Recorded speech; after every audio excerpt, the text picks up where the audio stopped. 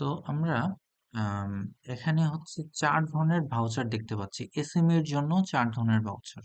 আমি আবারও প্রিভিয়াসলি যা বলেছিলাম সেগুলি আবারও কন্টিনিউ করি।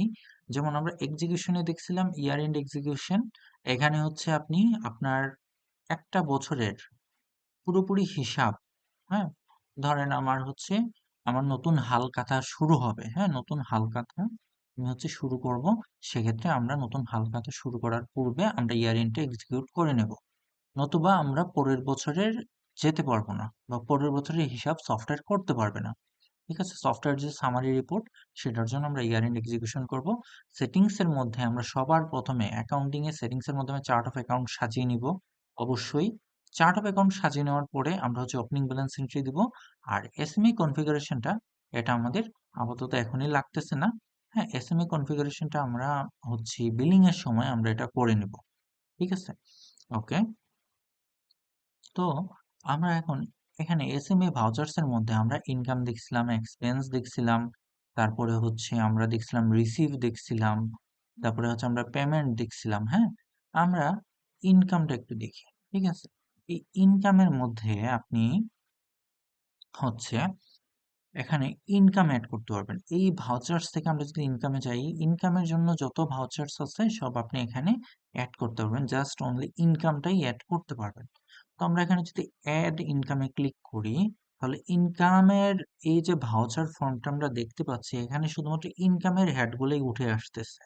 সেলস, সেলস রিটার্ন, এই দুটো আমার ইনকামে চার্ট অফ অ্যাকাউন্টে যদি আমরা একটু যাই, হ্যাঁ, চার্ট অফ অ্যাকাউন্টে এই যে আমরা অ্যাকাউন্ট টাইপের কথা বলে দিছিলাম না, এই চার্ট অফ অ্যাকাউন্টে আমরা এই যে ভাউচার গুলা, হ্যাঁ, এই ভাউচার্সে যে ইনকাম এক্সপেন্স রিসিভ পেমেন্ট, এই অ্যাকাউন্ট টাইপ ধরেই কিন্তু নিয়ে আসতেছে। তো অবশ্যই আমাদেরকে ইনকাম এক্সপেন্স, তারপর আমাদের হচ্ছে রিসিভ পেমেন্ট, এগুলি আমাদেরকে অবশ্যই দেখানোর জন্য, ঠিকঠাক দেখানোর জন্য আমাদেরকে চার্ট অফ অ্যাকাউন্টসটা ঠিকঠাক সাজিয়ে নিতে হবে। এই যে আমরা সেলস, সেলস রিটার্ন দুইটাই দেখতে পাচ্ছি ইনকামের মধ্যে আছে, তাই আমরা ভাউচার থেকে যখন আমরা ইনকামে যাচ্ছি, অ্যাড ইনকামে যাচ্ছি, তখন আমরা ট্রানজেকশনাল হেডে এই দুইটাই পাচ্ছি। ঠিক আছে, তো ভাউচার এন্ট্রির জন্য এসএমই এর এই ইনকাম ভাউচারটা এন্ট্রির জন্য আমরা সেলসে যাব, একটা ভাউচার ভাউচার তৈরির জন্য লেজার তৈরি করে নেব। উপরে ডেট আছে, আমরা যদি চাই অন্য কোনো ডেট সিলেক্ট করতে, আমরা এখান থেকে আমরা সিলেক্ট করে নিতে পারবো। ঠিক আছে, সেক্ষেত্রে ফিউচার ডেট, পাস্ট ডেট আমরা পারবো না, যেহেতু আমার পাস্ট আমরা ফেলে আসছি। ওকে, তো আমরা এখান থেকে ডেটটা অটোমেটিক বসে যাবে, আমার সফটওয়্যার যে ডেটে থাকবে সেই ডেটে আমার বসে যাবে।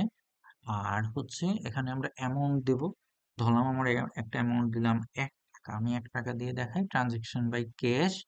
এখানে কোন লেজারে যাবে, এই সেলসের যে এই টাকাটা, এটা আমার কোন লেজারে যাবে সেটা আমি এখান থেকে সিলেক্ট করে নেব।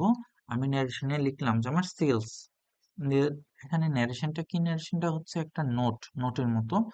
আমরা এখানে ন্যারেশনে সুইটেবল একটা কোনো কিছু লিখে দিব, তারপর এখানে অ্যাড এন্ট্রিতে ক্লিক করব। অ্যাড এন্ট্রিতে ক্লিক হয়ে গেলে আমরা এখান থেকে ভাউচার্সটা আমরা সেভ করে নেব। তো সেভ করার আগে আমরা কিন্তু একটা বাজারের ফর্দ যখন দেখি, ফর্দে কিন্তু আলাদা আলাদাভাবে বিভিন্ন প্রোডাক্টের প্রাইসিং লেখা থাকে, ঠিক এরকম আমরা এখানে এটা একটা ফর্দের মতো। এখানে আমরা চাইলে মাল্টিপল ভাউচার, মাল্টিপল ট্রানজেকশন এখানে একসাথে আমরা এন্ট্রি দিতে পারবো। যেমন এখানে যদি আমি সেলস রিটার্নে আবার যদি 1 টাকা এন্ট্রি দিই, ক্যাশের মাধ্যমে হয়েছে, ক্যাশ ইন হ্যান্ডে আমরা এখানে লিখে দিই, ধরলাম হচ্ছে রিটার্ন। প্রত্যেকটার জন্য আমরা আলাদা আলাদাভাবে নোট অ্যাড করতে পারবো। এড এন্ট্রিতে আমরা ক্লিক করলাম, তাহলে আমাদের এখানে আরেকটা আরেকটা ট্রানজেকশন অ্যাড হয়ে গেল। ঠিক আছে, এখানে আমার টোটাল অ্যামাউন্ট আমরা দেখতে পাবো, তারপরে আপনি সেভ দেবেন টোটাল অ্যামাউন্টটা চেক করে। ঠিক আছে, তাহলে আমার ইনকামের জন্য একটা ভাউচার এখানে অ্যাড হয়ে গেল। ঠিক আছে, ওকে।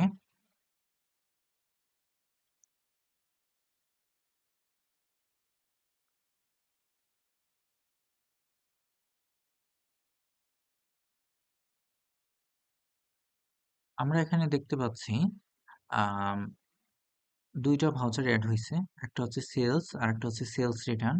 দুইটা ট্রানজেকশন এখানে অ্যাড হয়েছে, আপনি চাইলে ভিউ করেও দেখতে পাবেন।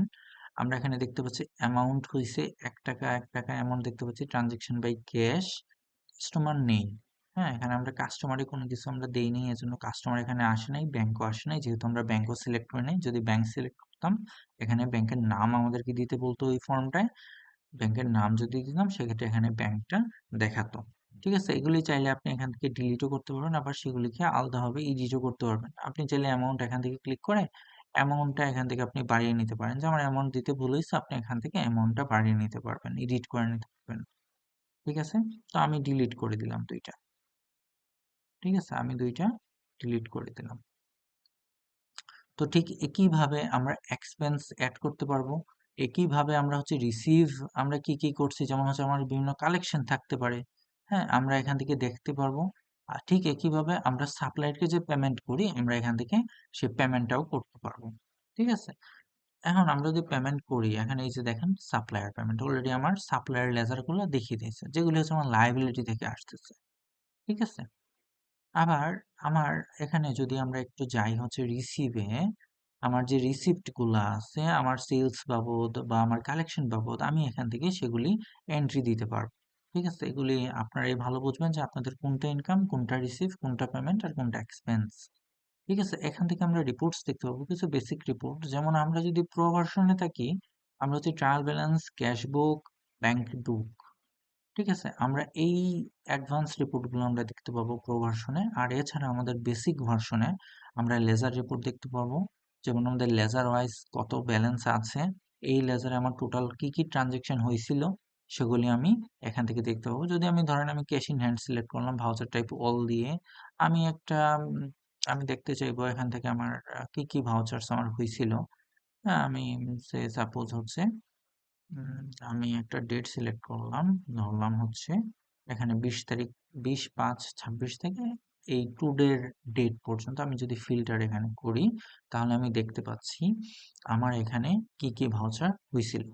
ঠিক আছে, আমার ক্যাশ ইন হ্যান্ডের সাপেক্ষে আমার লেজারে কি কি ভাউচার হয়েছিল। ঠিক আছে, এই যে আমি দেখতে পাচ্ছি 1 টাকা 1 টাকা এন্ট্রি হয়েছিল। ঠিক আছে, আমি এখানে সেগুলি দেখতে পাচ্ছি। এগুলো আমার হিসাবে আসছে, তার কারণ হচ্ছে আমি এদের এগেনস্টে ভাউচার করছিলাম, এই ক্যাশ ইন হ্যান্ডের এগেনস্টে, তাই ক্যাশ ইন হ্যান্ডের এফেক্টিভনেসটা আমাকে দেখাচ্ছে। ঠিক আছে, ওকে।